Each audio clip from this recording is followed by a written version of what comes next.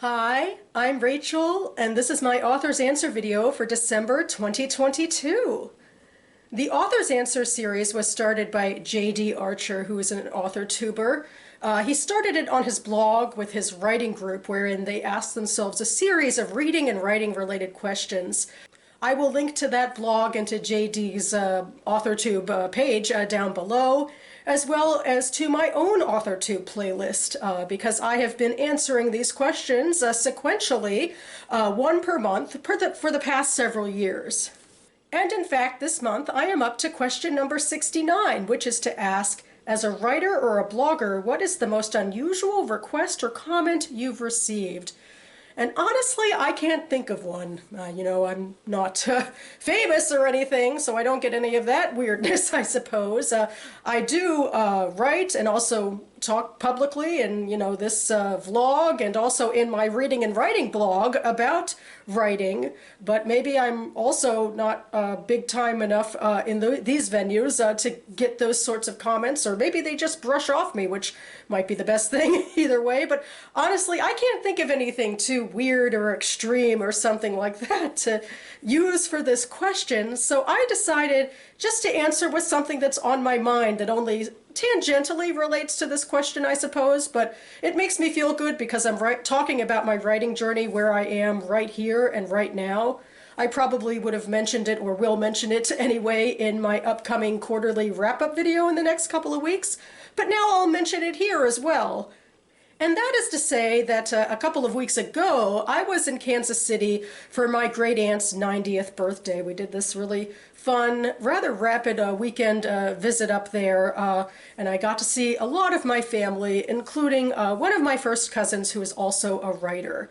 He's kind of in between projects, thinking about a nonfiction career right now. I don't want to get too much more specific than that, just for privacy reasons, but he's definitely looking to jumpstart his writing, and I, of course, am also a writer, so he reached out to me about this book, which in fact he very kindly bought for me as well, and it just showed up a little while ago. Anyway, it's called The Artist's Way: A Spiritual Path to Higher Creativity, and it's by Julia Cameron with Mark Bryan, and I think it's supposed to be a workbook that's supposed to sort of jumpstart the creative process. And technically, I'm in a little bit of a different place. I'm not trying to jumpstart something that isn't happening yet. I'm in the middle of writing a fantasy project and a short story, so I got some stuff going on, but you could always use something like this. In fact, I think one of the projects or something in here, the morning pages, I think is in this book. It inspired my writing salon, the DC Writer Salon, and every morning they do a morning's pages option for people. So I'll link to that down below. And anyway, my cousin got this for me to sort of peruse, and that maybe the two of us could, do the exercise part of this book together, to sort of be each other's cheerleaders, as it were. So I thought that was really compelling. I feel like we are on different parts of our journeys, and for me, part of it is just, sitting down and doing the work I already know I need to do. I'm not quite searching for what to do next, not in a grand, general way anyway.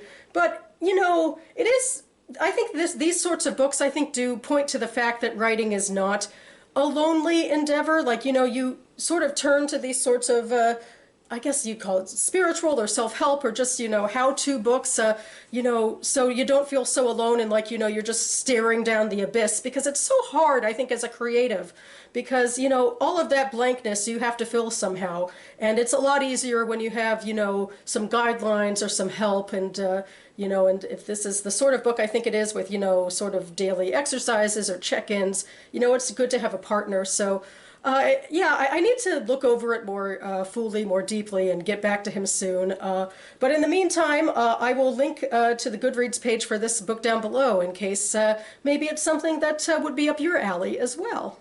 And that about covers it for me now. You should hopefully see me back on this channel imminently for a Hanukkah-centric AM reading video smack dab in the middle of the holiday. And on that note, I want to say Chag Sameach to everyone who is celebrating, since this is night one. I hope you had a wonderful night. And thanks so much for watching, everyone. Keep writing, and I'll see you next time.